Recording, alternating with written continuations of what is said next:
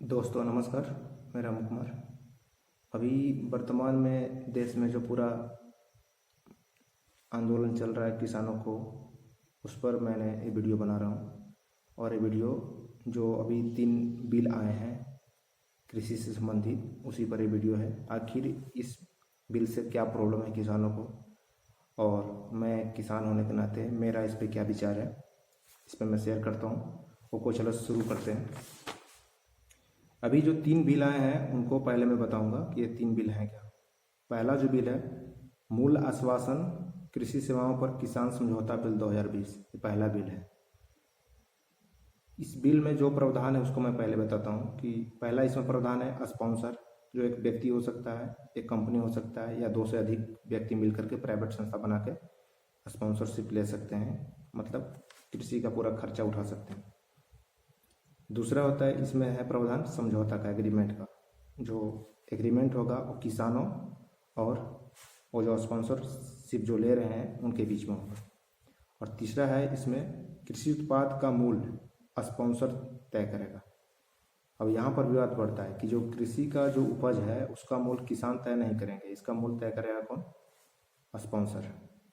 और इसी पॉइंट पर एक और विवाद आता है कि जो किसान है भारत में वो अधिकतर छोटे जोत वाले हैं। किसी के पास 2 कट्ठा जमीन है, किसी का 10 कट्ठा है, किसी का 5 कट्ठा है, किसी का 20 कट्ठा, किसी का 20 एकड़ है। अब मान लो भाई, वो जो किसान है उसका पूरा जो खर्चा है परिवार का, बीमारी से लेकर पढ़ाई से लेकर के बिजली बिल से लेकर सब खर्चा वो कृषि पर ही चलता है। अब मान लो उसने एक कॉन्ट्रैक्ट कर लिया किसी स्पॉन्सर से कि भाई मैं इसमें ये खेती करूँगा। अब बीच में उसको पैसे की ज़रूरत हो गई, फिर कहाँ से वो खर्चा के लिए पैसा लाएगा? और इसमें प्रावधान है, बिल में कहीं भी नहीं लिखा हुआ है कि, बिल में कहीं भी ये लिखा नहीं है कि जो स्पॉन्सर है वो कृषि कॉन्ट्रैक्ट करते समय, एग्रीमेंट करते समय एडवांस में कोई पैसा देगा। ऐसा कोई भी प्रावधान नहीं है। बीच में पैसा कहीं नहीं मिलेगा, उपज होने के बाद ही पैसा मिलेगा। जबकि किसान हमारे देश में छोटे छोटे हैं, वो बीच में अपने जो भी उत्पादन है उसको बेच करके बाजार में, नज़दीक के मार्केट में अपना खर्चा चलाते हैं। तीसरा है, चौथा है इसमें पॉइंट डिलीवरी का। डिलीवरी मतलब कोई भी सामान हम उत्पादन करते हैं तो उसको डिलीवरी करते हैं जाकर मार्केट में, नॉर्मल किसान करते हैं, और वहाँ से वो बिक जाता है, चाहे जैसे भी जो भी हो प्रॉब्लम होता है। लेकिन इसमें डिलीवरी करने का जो खर्चा है जो भी है, ये किसानों के ऊपर ही थोपा गया है। डिलीवरी का खर्चा कंपनियां नहीं उठाएंगी, या उठाएंगी इसका स्पष्ट इसमें नहीं बताया गया है। ये विवाद का वस्तु बनता है। अच्छा ठीक, अब आगे बढ़ते हैं। दूसरा बिल, किसान उपज व्यापार और वाणिज्य बिल 2020। इस बिल पर भी बहुत चल रहा है विवाद। इस बिल में प्रावधान किया गया है कि किसान जो है किसी भी राज्य में कहीं भी अपना कृषि का उपज बेच सकते हैं। लेकिन विवाद का कारण यहाँ ये बनता है कि अभी हाल ही में हरियाणा के जो मुख्यमंत्री हैं खट्टर साहब, और शिवराज सिंह चौहान जो मध्य प्रदेश के भी वर्तमान में मुख्यमंत्री हैं, उन्होंने हाल ही में भी बयान दिया है मीडिया में कि दूसरे राज्य के किसान अगर हमारे राज्य में आके कृषि का उपज बेचते हैं तो उनको मैं घुसने नहीं दूंगा राज्य में। क्योंकि जो कृषि जो है वो भारत के जो जो राज्य सूची है, राज्य सूची के विषय के अंतर्गत आता है, ये संघीय सूची में नहीं आता है। इसलिए यहाँ पर भी ये विवाद बनता है। और दूसरा यहाँ पर एक और विवाद बनता है कि हमारे देश में जो किसान है वो बहुत छोटे वर्ग के किसान हैं, और मीडियम या फिर जो बड़े किसान हैं वो बहुत कम है। और किसानों के पास इतना कहाँ से पूंजी आएगी कि वो अपना सामान को फ्रीजर गाड़ी या जो भी है स्टोरेज करके एक राज्य से दूसरे राज्य में ले जाके बेचेंगे? इतना ट्रांसपोर्टेशन खर्चा उनके पास तो है नहीं। वो खुद इतना लोन में डूबे रहते हैं, बेटी का शादी ये वो बहुत सारा लफड़ा रहता है, उतना उनके पास तो है नहीं पूंजी कि वो अपने सामान को ले जाकर दूसरे राज्य में बेचेंगे। यहीं के मार्केट में बेचना उनकी मजबूरी रहती है क्योंकि पूंजी का अभाव है। अच्छा, अमूल का आश्वासन इसमें दिया नहीं गया है कि हम मान लो दूसरे राज्य में जाकर बेचेंगे भी तो क्या वो मिनिमम सपोर्टिंग प्राइस पे बेचेगा, या उसका कोई मूल्य का वो नहीं है, वहाँ के डिमांड के अनुसार बिकेगा। अगर मान लो वहाँ सस्ता बिक रहा है तो आपको वहाँ पर अपना खुद का पैकेट से भी लेके आना पड़ेगा। इस पर विवाद हो रहा है।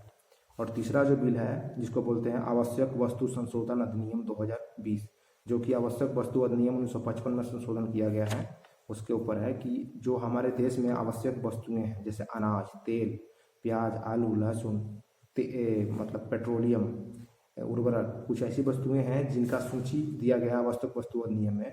वो सूची में जितनी वस्तुएं शामिल है उसका नियंत्रण कौन करता है? स्टेट गवर्नमेंट करती है कि कितना इसका स्टोरेज होगा, कितना रेट में बिकेगा, और कौन इसको स्टोरेज कर सकता है। इसका सब पूरा नियंत्रण स्टेट गवर्नमेंट करती है। अब इस संशोधन के माध्यम से सरकार ने क्या किया है, सेंट्रल गवर्नमेंट ने, कि उसमें जो कुछ वस्तुएं शामिल थी उनको लिमिट मतलब उस सूची से बाहर कर दिया गया। आवश्यक वस्तु अधिनियम की जो सूची है उससे बाहर कर दिया गया है और उस पर जो लिमिटेशन लगाया गया था कि आप इस वस्तु का स्टोरेज नहीं कर सकते या स्टोरेज कितना कर सकते हैं, उसका सब एक लिमिट बना हुआ था, वो सब लिमिट को खत्म कर दिया गया। तो यहाँ पर विवाद का वस्तु ये बन रहा है कि मान लीजिए ये लिमिट खत्म कर दिया, चलो अच्छी बात है, लेकिन किसानों के पास इतना पूंजी कहाँ है कि वो स्टोरेज खोल सकते हैं। मिनिमम जो स्टोरेज अपना जो राष्ट्रीय उद्यानिकी विभाग है वो बोलता है कि अगर आपको स्टोरेज खोलना है किसान सरकार के द्वारा सब्सिडी लेकर के, तो मिनिमम जो स्टोरेज का साइज होना चाहिए वो 1000 मीट्रिक टन से 5000 मीट्रिक टन से लेकर के 10,000 मीट्रिक टन के बीच होना चाहिए। और 5000 मीट्रिक टन से 10,000 मीट्रिक टन के बीच में आपका क्षमता को बनाने के लिए मिनिमम एक स्टोरेज को, कोल्ड स्टोरेज को, आपको मिनिमम 5 करोड़ से 10 करोड़ के बीच में खर्चा आएगा। अब बताइए भारत के कितने ऐसे किसान हैं जो 5 करोड़ से 10 करोड़ के बीच में उनका पूंजी हो कि वो स्टोरेज बना सकते हैं। तो यहाँ पर विवाद ये बनती है कि किसान लोगों को ये डर है कि ये जो आवश्यक वस्तु अधिनियम से सुधार आया है, इससे क्या होगा कि जो बड़े बड़े प्लेयर्स हैं, बड़े बड़े जो पूंजीपति हैं, वो क्या करेंगे, ये जितना भी कृषि का उपज है बड़े बड़े स्टोरेज बना लेंगे और स्टोरेज बना के सब चीज़ को वो स्टोरेज कर लेंगे। और दूसरी बात, वो स्टोरेज करके पूरा मार्केट पर उनका कब्जा हो जाएगा। जो हम अपना पूंजी मतलब कृषि उपज उपजाएंगे वो हम जब मार्केट में ले जाएंगे तो उसका सही मूल्य नहीं मिल पाएगा। वो अपने अनुसार को मार्केट अपने अनुसार वो जो बड़े पूंजीपति है वो मार्केट को वो लोग वोलेटाइल करेगा और मार्केट को नियंत्रित करेगा। इससे भी किसानों को फायदा नहीं दिख रहा है। तो ये है। और लास्ट में मैं कुछ ऐसी समस्याएं सोल्व बताना चाहता हूँ जो किसानों को अभी भी वर्तमान में हमारे देश में, हमारे गाँव में फेस करते हैं, और उस समस्या का समाधान इस बिल में दिखता है कि नहीं दिखता है, आप एक खुद डिसाइड करें। सबसे पहली बड़ी समस्या क्या है कि हमारे देश में जो एपीएमसी एक्ट, जिसे बिहार में 2006 में खत्म कर दिया गया है, मतलब मंडी सिस्टम, एपीएमसी एक्ट लगा दिया गया है बिहार में 2006 से, और कुछ ऐसे 10 राज्य और हैं जहां पर ये मंडी सिस्टम खत्म कर दिया गया। लेकिन मंडी सिस्टम में ये व्यवस्था दिया ही नहीं गया है कि जो हमारे देश में कम से कम 60 से 70% ऐसे किसान हैं जिनके पास जमीन नहीं है, जो बटैया पर खेती करते हैं, जो खेती पट्टा पर लेके करते हैं। और एपीएमसी एक्ट के अनुसार जो भी आप सामान पैक्स में बेचने जाते हैं उसका प्रॉपर खेत का कागज होना चाहिए, उसका रजिस्ट्री होता है। खेत के जितना आपके पास खेत का रकबा होगा उसी के अनुसार आपका फसल वहाँ पर लिया जाता है। अभी 2 दिन पहले ही छत्तीसगढ़ में एक न्यूज आया था, वहाँ पर सरकार ने घोषणा किया था कि हम 2500 रुपये क्विंटल धान लेंगे। वहाँ पर किसान बेचने गया, एक किसान नाम नहीं याद आ रहा है, और उनको क्या दिखा दिया था कि आपके ज़मीन मात्र 4 एकड़ आपके नाम पर ज़मीन है।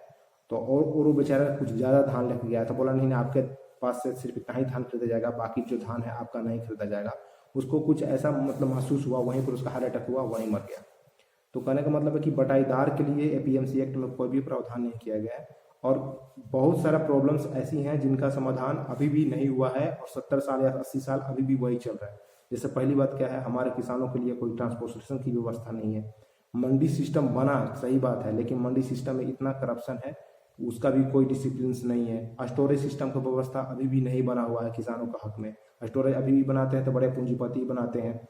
बैंक इतना करप्ट है, पूंजीपति इतना मतलब जो बैंक इतने करप्ट है कि आप लोन लेने जाएंगे तो उस पर भी सब टैक्स मांगता है, लेवी मांगता है, घूस मांगता है। दूसरा बात, किसान क्रेडिट कार्ड बनवाने जाइएगा तो किसान क्रेडिट कार्ड बनवाना भारत में समझिए एवरेस्ट के चोटी पर चढ़ने के बराबर है। किसान क्रेडिट कार्ड आपका तभी बनेगा जब तक आप 10,000 रुपया नहीं खर्चा कीजिएगा ब्लॉक में चाहे जिला ऑफिस में, तो नहीं बन पाएगा।